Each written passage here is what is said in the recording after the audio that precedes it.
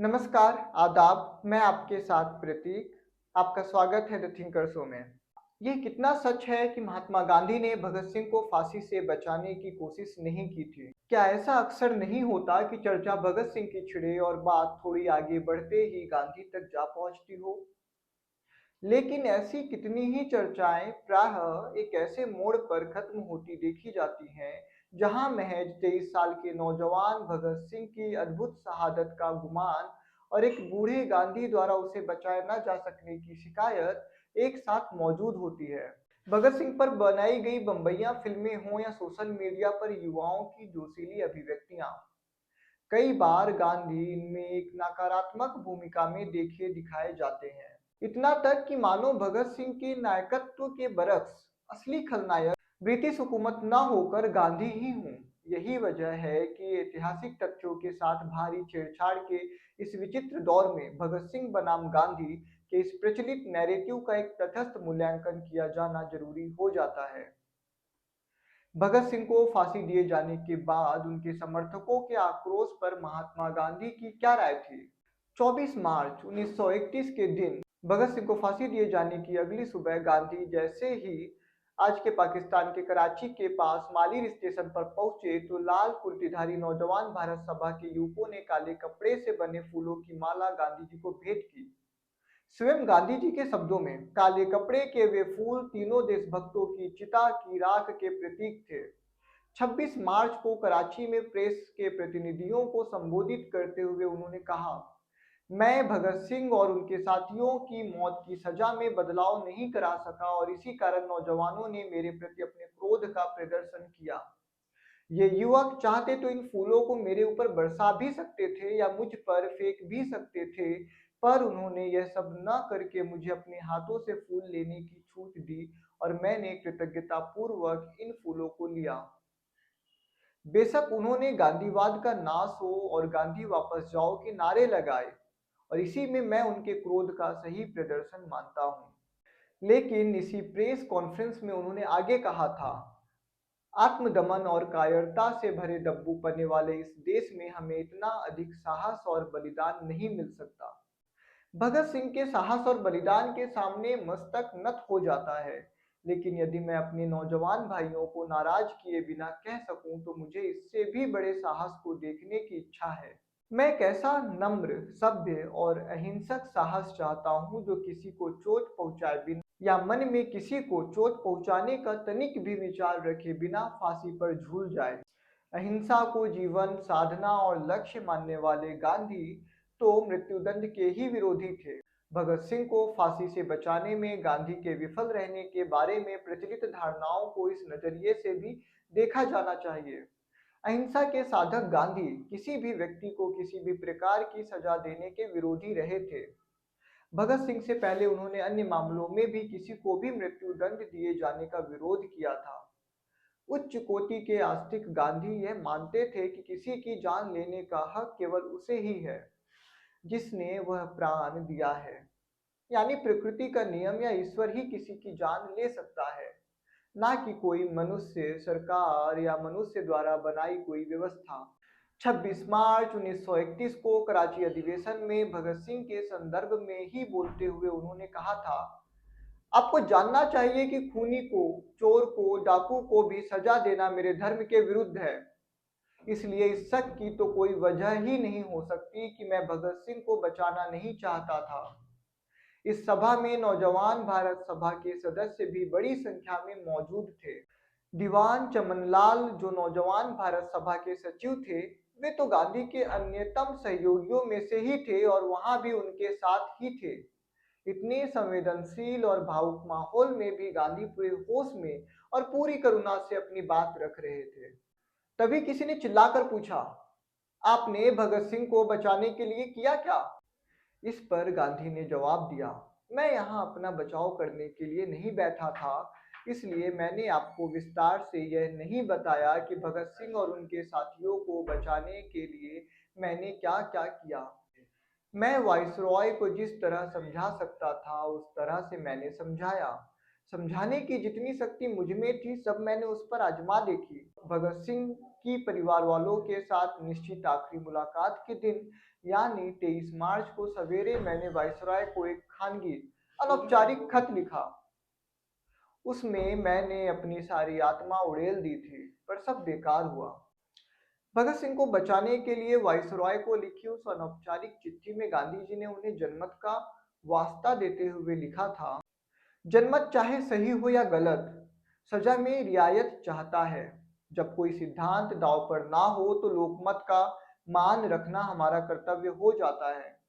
मौत की सजा पर अमल हो जाने के बाद तो वह कदम वापस नहीं लिया जा सकता।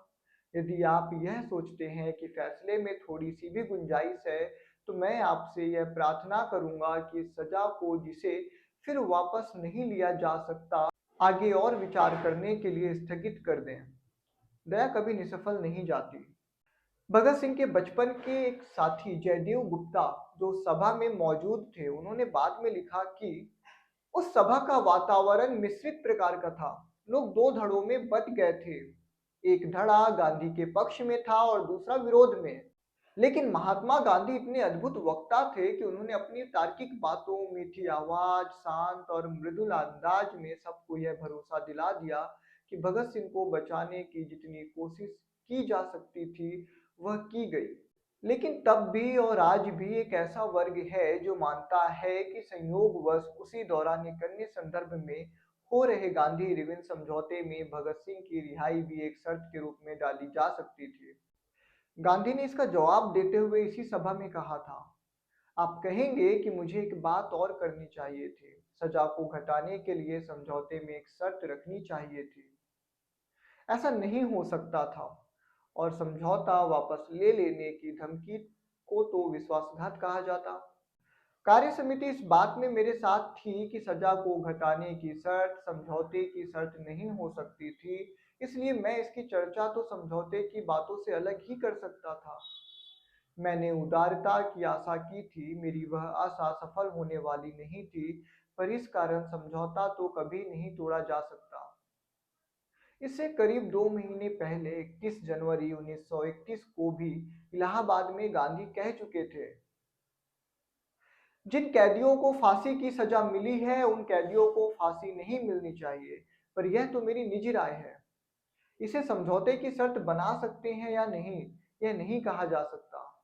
ऐसा नहीं था कि भगत सिंह के क्रांतिकारी आदर्शों को गांधी समझते न थे। किसानों और मजदूरों के प्रति भगत सिंह और उनके साथियों की प्रतिबद्धताओं से गांधी बखूबी वाकिफ थे। लेकिन इस बारे में वे एकदम स्पष्ट और सत्य थे कि उसका साधन केवल और केवल अहिंसा ही होनी चाहिए। विशेषकर नौजवान भारत सभा के सदस्यों की ओर इशारा करते हुए गांधी ने कराची अधिवेशन में कहा था, उन नौजवानों से मैं यह जरूर कहूंगा कि उनके पैदा होने के बहुत पहले से मैं किसानों और मजदूरों की सेवा करता आया हूँ। मैं उनके साथ रहा हूँ, उनके सुख दुख में भाग लिया है। जब से मैंने सेवा का व्रत लिया है, तभी से मैं अपना सिर मानव जाति को अर्पण कर चुका हूँ। वहीं जब भगत सिंह को फांसी के बाद कानपुर में भयंकर दंगे छिड़ गए, तो इस संदर्भ में गांधी जी ने कहा, अखबारों से पता चलता है कि भगत सिंह की शहादत से कानपुर के हिंदू पागल हो गए और भगत सिंह के सम्मान में दुकान न बंद करने वालों को धमकाने लगे।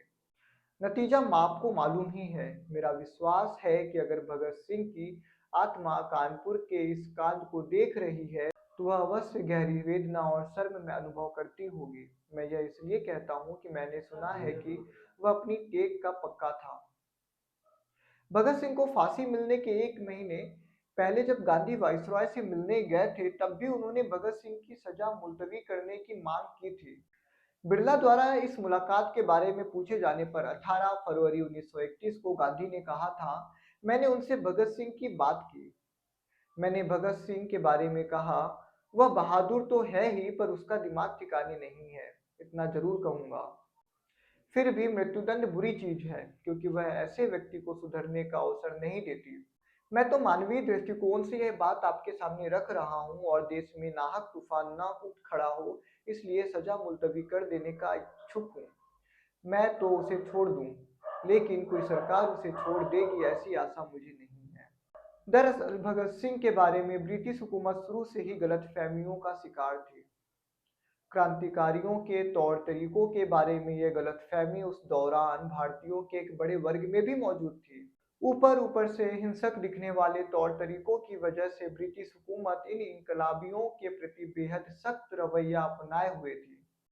गांधी समेत अन्य कई नेता इन युवाओं के जोश से प्रभावित अवश्य थे, लेकिन इनके तौर तरीकों की वजह से वे इनसे परहेज भी करते थे। इसलिए जेल में भगत सिंह अपने और साथियों के साथ दुर्व्यवहार के विरुद्ध जब अनशन पर बैठ गए और जवाहरलाल नेहरू ने उनकी पैरवी की थी, तो गांधी ने नेहरू को चिट्ठी लिखकर इसे एक असंगत कार्य बताया था।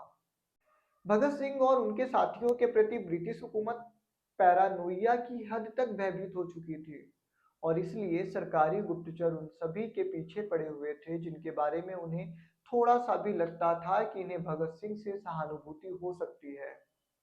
इनमें नेहरू, पटेल और मालवीय से लेकर तेज बहादुर सप्रू तक थे। माना जाता है कि भगत सिंह की फांसी के बाद ब्रिटिश इंटेलिजेंस को यह देखने तक के लिए लगाया गया था कि इस पर गांधी, नेहरू और पटेल इत्यादि की व्यक्तिगत प्रतिक्रिया क्या थी। लेकिन अंतिम अवस्था तक आते आते गांधी को भगत सिंह के प्रति बहुत अधिक सहानुभूति हो चली थी। जब भगत सिंह को तय समय से एक दिन पहले ही फांसी दिए जाने की खबर मिली तो गांधी काफी देर के लिए मौन में चले गए थे। 23 मार्च 1931 को भगत सिंह की फांसी के संबंध में दिए गए अपने वक्तव्य में गांधी ने कहा था, भगत सिंह और उनके साथी फांसी पाकर शहीद हो गए हैं। ऐसा लगता है मानो उनकी मृत्यु से हजारों लोगों की निजी हानि हुई है। इन नवयुवक देशभक्तों की याद में प्रशंसा के जो शब्द कहे जा सकते हैं, मैं उनके साथ हूँ। मेरा निश्चित मत है कि सरकार द्वारा की गई इस गंभीर भूल के परिणाम स्वरूप स्वतंत्रता प्राप्त करने की हमारी शक्ति में वृद्धि हुई है और उसके लिए भगत सिंह और उनके साथियों ने मृत्यु का वरण किया है। भगत सिंह को श्रद्धांजलि देते हुए गांधी ने 29 मार्च 1931 को गुजराती नवजीवन में लिखा था, वीर भगत सिंह और उनके दो साथी फांसी पर चढ़ गए। उनकी देह को बचाने के बहुतेरे प्रयत्न किए गए, कुछ आशा भी बंधी पर वह व्यर्थ हुई। भगत सिंह को जीवित रहने की इच्छा नहीं थी। उन्होंने माफी मांगने से इनकार किया। यदि वे जीते रहने को तैयार होते तो या तो वह दूसरों के लिए काम करने की दृष्टि से होता या फिर इसलिए होता कि उनकी फांसी से कोई आवेश में आकर व्यर्थ ही किसी का खून न करे। भगत सिंह अहिंसा के पुजारी नहीं थे, लेकिन वे हिंसा को भी धर्म नहीं मानते थे। वे अन्य उपाय न देखकर खून करने को तैयार हुए थे। उनका आखिरी पत्र इस प्रकार था, मैं तो लड़ते हुए गिरफ्तार हुआ हूँ, मुझे फांसी नहीं दी जा सकती, मुझे तोप से उड़ा दो, गोली मारो। इन वीरों ने मौत के भय को जीता था। इनकी वीरता के लिए इन्हें हजारों नमन हो। हालांकि अहिंसा के पुजारी गांधी हमेशा ही चेताते रहे कि तमाम शहादत और नेक नियति के बावजूद जाबाज क्रांतिकारियों के हिंसा मार्ग का अतिशयोक्तिपूर्ण महिमा मंडन न हो। वैसे भी यदि लाला लाजपत राय की मौत का बदला और लाहौर षड्यंत्र केस की छाया न पड़ती तो भगत सिंह की वैचारिकी का स्तर अपने समय के महानतम विचारकों को जाकर छूता था। महज 21 साल का एक नौजवान जिसके हृदय में मनुष्य मात्र की अंतिम सामाजिक, आर्थिक और राजनीतिक आजादी के लिए छटपटाहट थी, और वह क्रांतिकारी जवानी ही क्या जिसकी आध्यात्मिकता की शुरुआत प्रचंड नास्तिकता से ना होती हो।